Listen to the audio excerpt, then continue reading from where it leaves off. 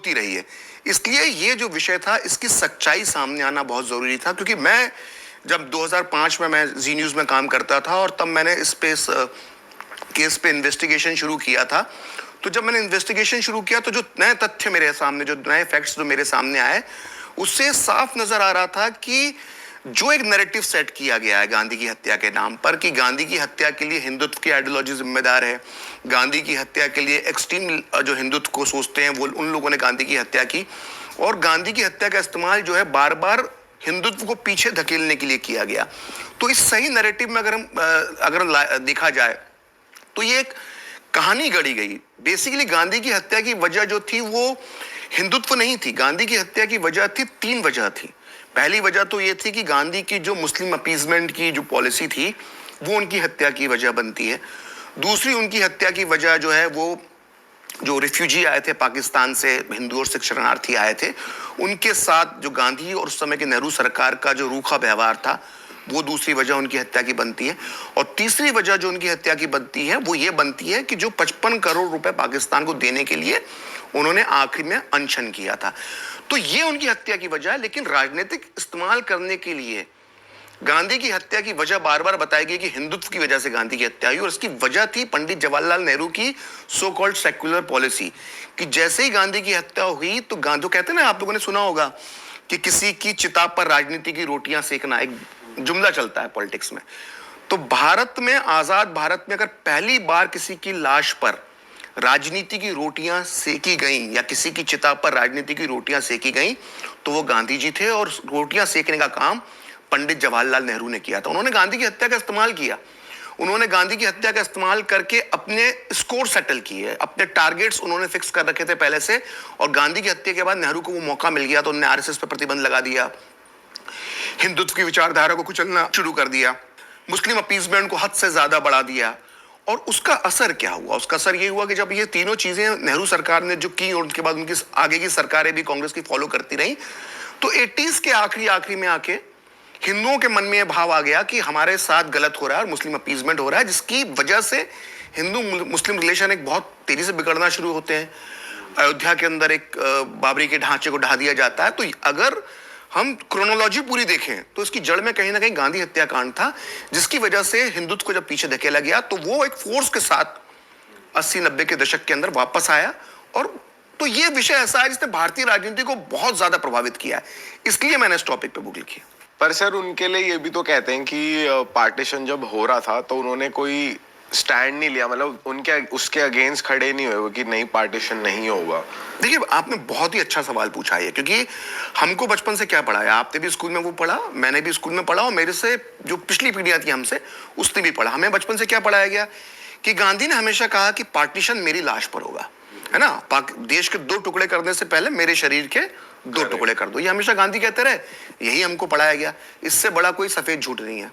भारतीय राजनीति का कोई पहला जुमला था तो वही जुमला था जो गांधी जी ने दिया था कि पाकिस्तान मेरी लाश पर बनेगा। 2-3 ऐसे मौके आए थे जब अगर गांधी खड़े होकर और स्टैंड लेते और कहते कि नहीं पाकिस्तान मेरी लाश पर बनेगा तो पाकिस्तान कभी नहीं बनता। लेकिन उन दिनों में गांधी चुप रहे। मैं आपको एग्जाम्पल के साथ बताता हूं कि जब पाकिस्तान प्रस्ताव जिन्ना ने 1940 में रखा तो मांग ने तेजी नहीं पकड़ी, उसको सपोर्ट नहीं मिला उस मांग को बहुत ज्यादा।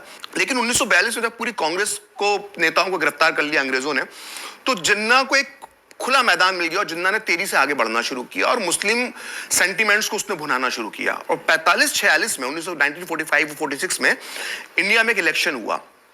तो स्टेट में जैसे विधानसभा होती है, विधानसभाओं के चुनाव भी हुए, और केंद्र के लिए जिसको हम एक तरह से लोकसभा का चुनाव कह सकते हैं, उसके लिए भी चुनाव हुए। उन चुनावों में मुस्लिम रिजर्व सीटें होती थी। मतलब मुस्लिम रिजर्व सीटें, मतलब मुस्लिम ही उस सीट पे खड़ा होगा और मुस्लिम ही वोट डाल सकता है, मतलब मुसलमान द्वारा मुसलमान चुना जाएगा। तो उन मुस्लिम रिजर्व सीटों में, और वो मुस्लिम रिजर्व सीटें जो भारत के अंदर अभी भी हैं, मतलब भारत के नक्शे वाली जो मुस्लिम रिजर्व सीटें थी, वहां पे एक तरफा मुस्लिम लीग जीती। मतलब मुंबई से, खुद जिन्ना मुंबई से जीते, जो पाकिस्तान के फर्स्ट प्राइम मिनिस्टर थे लियाकत अली खान, वो मुरादाबाद से जीते। तो पूरा यूपी, एमपी, आपका साउथ एक तरफा मुस्लिम लीग मुस्लिम रिजर्व सीटों पे जीत गई। तो उससे एकदम पाकिस्तान की मांग बहुत तेज पकड़ ली। और जब माउंटबेटन आए और उन्होंने एक तरह से नेहरू और पटेल को तैयार कर लिया कि पार्टीशन होना चाहिए, तब यहां से गांधी की भूमिका बड़ी संदिग्ध हो जाती है, क्योंकि वो हमेशा कहते थे पाकिस्तान मेरी लाश पर बनेगा। तो इस बुक में मैंने लिखा भी है कि मैं उस वक्त के, क्योंकि देखिए क्या होता है कि मैं अगर किसी को हवाला दूं कि अपने मन से बात कहूं तो वो बात बनती नहीं है। तो इस बुक को लिखते वक्त मैंने खास ख्याल रखा है कि मैं उन लोगों का रेफरेंस इसमें दूं जो उस वक्त गांधी के साथ मौजूद थे, जो गांधी के या तो सिपह सलार थे, गांधी के साथी थे, या उस समय के जर्नलिस्ट थे, या उस समय के अंग्रेज अधिकारी थे, या उस समय के आईसीएस ऑफिसर्स थे, जो पूरी घटनाक्रम को अपने सामने होते हुए एक अपनी आंखों से देख रहे थे। उन सबके रेफरेंस, अब उसके आधार पर मैं आपको समझाता हूं कि गांधी ने बंटवारे में रोकने की कोशिश की या नहीं करी। तो मौलाना आजाद गांधी के बहुत बड़े सिपह सलार थे। वो खुद अपनी पुस्तक इंडिया विंस फ्रीडम में लिखते हैं कि अप्रैल के आखिरी तक गांधी की सोच थी कि पाकिस्तान नहीं बनना चाहिए, लेकिन 2-3 दिन के अंदर उनकी सोच बदल गई, पाकिस्तान बनाने के लिए वो सहमत होते हुए दिखना शुरू हो गए। मौलाना आजाद ये लिखते हैं। अब हम आगे बढ़ते हैं। तो क्या हुआ कि जब गांधी ये तय हो गया कि पाकिस्तान बनने वाला, भारत का पार्टीशन होने वाला है, तो मई लास्ट वीक में माउंटबेटन उसको अप्रूव करवाने के लिए लंदन गए। तो मई लास्ट वीक में गांधी जी रोज प्रार्थना सभा करते थे। तो मई लास्ट वीक में जब मैंने उनकी पूरी प्रार्थना सभाओं के जो भाषण निकाले, स्पीचेस निकाली, तो उनकी टोन बदलना शुरू हो गई थी। वो या तो पार्टीशन पे बात कम करते थे, या जब पार्टीशन पे बात करते थे तो बातों को घुमाते थे। पार्टीशन या आप कहें पाकिस्तान की मांग तो मुसलमानों ने की थी, लेकिन गांधी अपनी प्रार्थना सभाओं में ये कहने लगे थे कि मुसलमानों ने ही नहीं, हिंदू और सिखों ने भी तो बंटवारे की इसका समर्थन किया है, जबकि ये पूरी तरह से सही नहीं था। तो गांधी अपनी भाषा को, जो थी इनका जो स्टैंड था कि पाकिस्तान मेरी लाश पर बनेगा, उसको टोन डाउन करने लगे थे। तो 2 और 3 जून को एक बैठक होती है, जिससे माउंटबेटन के साथ, आपने तस्वीर भी देखी होगी, माउंटबेटन के साथ जिन्ना, नेहरू, पटेल आदि बैठे हुए हैं। तो उस बैठक में माउंटबेटन प्लान, उसको कहते हैं पार्टीशन के प्लान को, वो सहमति बन गई और 3 जून को उसका ऑल इंडिया रेडियो पर उसका घोषणा हो गई। तो उन 2-3 दिनों में भी गांधी ने पार्टीशन पर बात नहीं करी। और बीपी मेनन, जिन्होंने भारत को एक करने वाली भूमिका निभाई, बहुत बड़े अधिकारी थे और उन्होंने भारत में सारे राज्यों के विलय में बड़ा योगदान दिया सरदार पटेल के साथ मिलकर, उनकी पुस्तक है। इसके अलावा एक एलन जॉनसन कैंपबेल थे, जो माउंटबेटन के मीडिया एडवाइजर थे, उन्होंने अपनी बुक लिखी है मिशन विद माउंटबेटन। उसमें वो लिखते हैं कि जब गांधी पार्टीशन पे चुप हो गए और तैयार हो गए, तो समझ लो ये तय हो गया कि इस देश का बंटवारा होना था। तो वो तो 2 और 3 जनवरी को, जब 2 और 3 जून को जब पार्टीशन का ऐलान हो जाता है, तो सवाल उठता है कि गांधी ने उस ऐलान के बाद अनशन, आमरण अनशन का ऐलान क्यों नहीं किया। आपने सबने, हमने बचपन से पढ़ा है कि गांधी जी तो बहुत छोटी छोटी बातों पे अनशन कर देते थे। एक बार ट्रेन डिरेल हो गई थी तो उसके लिए कर दिया था। एक बार अहमदाबाद में मिल मजदूरों की हड़ताल हो गई थी, उसमें उन्होंने आमरण अनशन कर दिया था। तो गांधी अक्सर अपनी इनर कॉन्शियस, जिसको कहते हैं अंतरात्मा की आवाज, ईश्वरीय प्रेरणा, इन सबको आधार बना के अनशन करते थे। अब ये सवाल उठता है कि देश का बंटवारा हो गया, इतना बड़ा मुद्दा, इतने बड़े मुद्दे पर हमारे बापू ने अनशन क्यों नहीं किया। ये एक बहुत बड़ा सवाल है। जब छोटी छोटी बातों पे वो अनशन कर रहे थे, तो इतने बड़े मुद्दे पे क्यों नहीं किया। और ना केवल खुद अनशन तो किया ही नहीं किया, जो उनके सहयोगी थे, जो अनशन करना चाहते थे, उनको भी गांधी ने डिमोरलाइज किया, उनको भी गांधी ने अनशन करने से रोका। मैं आपको एग्जाम्पल देना चाहता हूं। युवा कपल था, गांधी जी को बहुत मानता था। तो गांधी उस समय वाल्मीकि बस्ती में रुकते थे, जो झंडेवालन दिल्ली की उधर बनी हुई है। तो उस वाल्मीकि बस्ती में गांधी रुके हुए थे और 3 जून की बात है, जब भारत के बंटवारे का ऐलान हो गया, तो जो गांधी का जो मानने वाला दंपत्ति था, जो कपल था युवा, उसने आमरण अनशन शुरू कर दिया। तो गांधी ने उनको बड़ी लानतें भेजी, उनको बोला ये अनशन करने का कोई तरीका नहीं है, अनशन तो अंतरात्मा की आवाज पे किया जाता है। तो उस कपल को बड़ा बुरा लगा, उन्होंने बोला कि क्या आपकी अंतरात्मा की आवाज है, हमारी अंतरात्मा की आवाज नहीं है। तो उनको इतना, उसको कहते हैं ना, इतना जलील किया गांधी ने, इतना अपमानित किया उस पति पत्नी को कि वो 3 दिन में वो भी टूट गए और गांधी ने उनका अनशन तोड़वा दिया। तो गांधी ना खुद अनशन कर रहे थे बंटवारे के खिलाफ, ना दूसरे को करने दे रहे थे। फिर आती है 15 और 16 जून, 14, 15, 16 जून। इन 3 दिन में कांग्रेस की महासमिति की बैठक थी, जिसको फाइनल भारत के बंटवारे पर मोहर लगानी थी। तो इस बैठक में जब पहला दिन होता है तो कांग्रेस एक मंच था, हमको ये मालूम होना चाहिए कांग्रेस एक पार्टी भले ही हो, लेकिन कांग्रेस एक मंच था, उसमें हर विचारधारा के लोग थे, वामपंथी विचारधारा के लोग भी थे, समाजवादी विचारधारा के भी थे और हिंदुत्ववादी विचारधारा के लोग भी थे, जिनमें पंडित मदन मोहन मालवीय और पीडी टंडन जैसे और सरदार पटेल जैसे लोग भी शामिल थे जो हिंदुत्ववादी विचारधारा के थे। तो इन्हीं में से एक थे भारत रत्न पुरुषोत्तम दास टंडन। तो जब 14 जून को जब महासमिति की बैठक हुई तो पीडी टंडन ने ऐतिहासिक भाषण दिया उस बैठक में, विभाजन का विरोध करते हुए, पार्टीशन का विरोध करते हुए, तो उससे पासा पलट गया। फिर आपने एक नाम सुना होगा खान अब्दुल गफ्फार खान, जिनको फ्रंटियर गांधी कहते हैं। तो फ्रंटियर गांधी ने बड़ा जो उनको कि उनका जो प्रांत था NWFP, जो पाकिस्तान का सरहदी प्रांत है जो अफगानिस्तान की बॉर्डर से लगा होता है, वो पाकिस्तान के हिस्से में जाने वाला था और वो हमेशा गांधी जी के साथ रहे थे, कांग्रेस के साथ रहे थे। 6.5 फीट के थे वो, पठान थे। तो जब वो भाषण देने के लिए खड़े हुए तो वो भाषण देते थे, रोने लग गए और रोते रोते फ्रंटियर गांधी ने कहा कि आपने हम पठानों को भेड़ियों के हवाले कर दिया, मतलब आपने सबने मिलके हमको आपने पाकिस्तानी भेड़ियों के हवाले कर दिया, और क्या क्या फूट फूट के रोने लगे। तो इन दो भाषणों से पूरा माहौल जो है विभाजन के खिलाफ हो गया। तो ऐसी संभावना बन रही थी कि अगर वोटिंग होती है कि भारत का बंटवारा होना चाहिए नहीं होना चाहिए, तो बंटवारे के खिलाफ बहुमत इस कार्य समिति के अंदर आ सकता है। तो इससे घबरा गए नेहरू और पटेल। तो उन्होंने 15 जून को, गांधी कांग्रेस के सदस्य नहीं थे, कांग्रेस 30 के दशक में गांधी कांग्रेस की सदस्यता छोड़ चुके थे, लेकिन गांधी को महासमिति की बैठक में बुलाया गया अचानक और गांधी ने एक भाषण दिया। उस भाषण में उन्होंने कहा कि ये जो बड़ी बड़ी पार्टीशन के खिलाफ जो आज बातें कर रहे हैं, ये सब भी तो पार्टीशन के समर्थक थे और इन्होंने, हिंदुओं ने भी तो पाकिस्तान मांगा, सिखों ने भी तो पाकिस्तान की मांग का समर्थन किया। इस तरह के भाषण देकर उन्होंने पूरा माहौल बदल दिया और जब वोटिंग हुई तो दुर्भाग्य से इस देश का बंटवारे पे मोहर लग गई। तो जो मैंने इतनी लंबी बात की है उसका वजह यह है कि जो हमें बचपन से पढ़ाया गया कि पाकिस्तान मेरी लाश पर बनेगा, ये एक बापू का जुमला था। क्योंकि अगर ये वो दिल से सोचते तो जिस जगह पे, जिस पॉइंट पे उनको विरोध करना चाहिए था पार्टीशन का, वो उन्होंने नहीं किया। और मैं इस पुस्तक में मैंने पूरा एक वर्णन किया है कि जब आधी रात की नियति एक भाषण दिया 14 और 15 अगस्त की रात, नेहरू का बड़ा प्रसिद्ध भाषण है। उस भाषण देने के बाद जब भारत आजाद हो गया 15 अगस्त की सुबह, तो अमृतसर में ट्रेन आई और ट्रेन के अंदर जो हिंदू और सिख थे वो पूरी तरह से कटे हुए थे। मैंने अपनी इस पुस्तक में पूरा वर्णन किया उस अमृतसर के रेलवे स्टेशन का कि किस तरह से वो ट्रेन आई और ट्रेन में से एक भी यात्री नहीं उतरा। तो एक छेदी सिंह नाम का स्टेशन मास्टर था, उसने देखा कि ट्रेन रुक गई है लेकिन एक भी यात्री उतरा क्यों नहीं। तो जब वो ट्रेन के अंदर दाखिल होता है तो देखता है कि एक भी व्यक्ति जिंदा नहीं है और जो जिंदा है वो बोलने की स्थिति में नहीं कि उनको काट दिए गए हैं।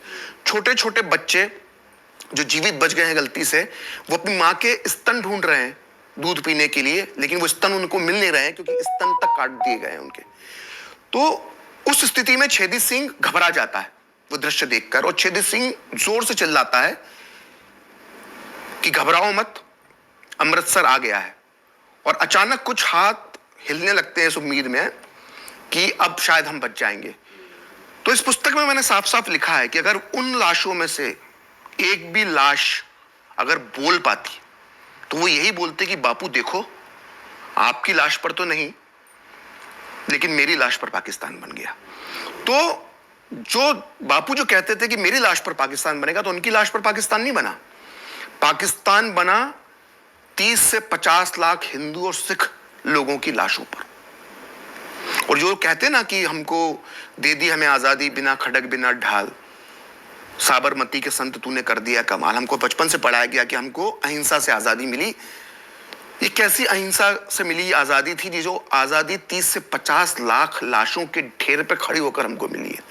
दुनिया में किसी देश को 30 से 50 लाख लोगों की कुर्बानी देकर आजादी नहीं मिली, हमको मिली है। और फिर भी हमें पढ़ाया जाता है कि हमें अहिंसा से आजादी मिली।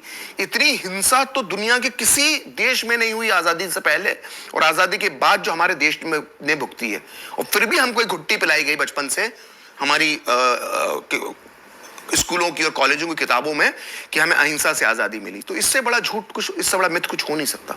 तो सर अगर मेन कल्प्रेट हम सोचे पार्टीशन का तो वो गांधी जी थे। मैं साफ ये नहीं कह सकता कि गांधी जी इसके दोषी थे, लेकिन इसमें कोई शक नहीं है कि जिन्ना ने जो मांग पाकिस्तान की रखी थी उसको हवा देने वालों में, उस वक्त उसके सामने स्टैंड लेने वालों में एक तरह से पूरी कांग्रेस पार्टी जिम्मेदार है। जो अभी अविश्वास प्रस्ताव पर पीएम नरेंद्र मोदी ने कहा है कि पाकिस्तान बनाने वाली कांग्रेस ही थी, तो उन्होंने किसी एक का नाम नहीं लिया, लेकिन उस वक्त की पूरी कांग्रेस पार्टी नेतृत्व, जिसको मैं कहूंगा, कार्यकर्ताओं की बात नहीं कर रहा हूं, वो सब जिम्मेदार थे। चाहे वो महात्मा गांधी हो, चाहे वो जवाहरलाल नेहरू हो, चाहे वो सरदार पटेल हो, चाहे वो आचार्य कृपलानी हो, चाहे मौलाना आजाद हो, ये सब लोग पार्टीशन के लिए जिम्मेदार हो। और ये बात मैं ऐसे ही नहीं कह रहा। एक ब्रिटेन के बहुत बड़े पत्रकार थे, लियोनार्ड मोस्ले, और जबरदस्त अपने दौर के पत्रकार रहे, तो उन्होंने भारत की आजादी का दौर भी देखा था। और 1960 के दशक में की शुरुआत में, जब नेहरू अपनी मृत्यु से कुछ समय पहले, उन्होंने नेहरू का इंटरव्यू लिया, और वो इंटरव्यू छपा है ब्रिटिश राज के आखिरी दिन, उनकी हिंदी अनुवाद उस पुस्तक का, उसके अंदर। तो मोस्ले ने ये सवाल पूछा नेहरू से, जो सवाल आपने मुझसे पूछा कि कौन जिम्मेदार था और आप पार्टीशन के लिए सहमत क्यों हो गए, तो नेहरू ने जो उत्तर दिया, उसे वो आज की हमारी यंग जनरेशन को मालूम होना चाहिए। खुद अपनी बारे में सच बोलकर चले गए। उन्होंने 2-3 महत्वपूर्ण बातें कही मोस्ले के जवाब में। तो लियोनार्ड मोस्ले को नेहरू कहते हैं कि हम विभाजन के लिए इसलिए तैयार हो गए क्योंकि हम सब बुजुर्ग हो चुके थे, मतलब हम बुढ़े हो चुके थे, और हम सब जेल जाना बर्दाश्त नहीं कर सकते थे। फिर देश में मारकाट शुरू हो गई, पंजाब से खबरें आने लगी कि लोगों को मारा जा रहा है, तो हमें एक बंटवारे के रूप में एक सोल्यूशन मिला। हम उस राह पर निकल गए और हम तैयार हो गए ये सोचकर कि इससे हिंसा रुक जाएगी। लेकिन अब नेहरू कहते हैं, अब ध्यान से सुनिए मोस्ले को नेहरू ने क्या कहा, लेकिन अगर गांधी जी हमें ऐसा करने से मना करते तो हम रुके रहते और हम आंदोलन करते। मतलब अब इस पर 2-3 महत्वपूर्ण बातें हैं। पहली बात, नेहरू ये स्वीकार करते हैं कि हम नेता लोग बुजुर्ग हो चुके थे, तो हम इसलिए बंटवारे पर, हमको सत्ता चाहिए थी क्योंकि हमारे पास दिन कम बचे थे, हम बुजुर्ग हो चुके थे, इसलिए हम सहमत हो गए। दूसरी महत्वपूर्ण बात, वो कहते हैं कि हम में से कुछ ही नेता, कुछ ही लोग जेल जाना बर्दाश्त कर सकते थे, मतलब जेल जाने से डरने लगे थे। ये स्वतंत्रता सेनानी जिनकी बड़ी बड़ी मूर्तियां चौराहों पर लगी हुई हैं, जिनके नाम पे इस देश में सड़कें बनी हैं, स्टेडियम बने हुए हैं। तीसरी महत्वपूर्ण बात वो कहते हैं, जो आपके सवाल, जो गांधी जिम्मेदार हैं या नहीं, वो नेहरू खुद कहते हैं। नेहरू कहते हैं कि गांधी जी ने हमको रोका होता कि आप बंटवारे में सहमत ना हो, मतलब पाकिस्तान मेरी लाश पर बनेगा, ये गांधी जी उनसे कहते कि नहीं ये नहीं होगा, तो हम रुक जाते और हम फिर आंदोलन की राह पर निकल पड़ते। तो ये 3 महत्वपूर्ण बातें कह दी नेहरू ने खुद। तो फिर आप और हम कौन होते हैं इसको स्पष्ट करने वाले? तो खुद पंडित जवाहरलाल नेहरू साफ कर गए। सर, आपने बोला कि पहले वो अगेंस्ट थोड़ा बोलते थे कि मेरी लाश के ऊपर से जाएगा, लेकिन कुछ दिनों में वो चेंज हो गए, उनकी टोन चेंज हो गई, उनकी बातें चेंज हो गई। उसके पीछे जो रीजन है वो निकल के आया बाहर कि ऐसा क्यों हुआ? मुझे ऐसा लगता है, अबुल कलाम आजाद कहते हैं, दावा करते हैं कि सरदार पटेल ने गांधी को कन्विंस करा लिया था पार्टीशन के लिए। दूसरी वजह मुझे लगती है कि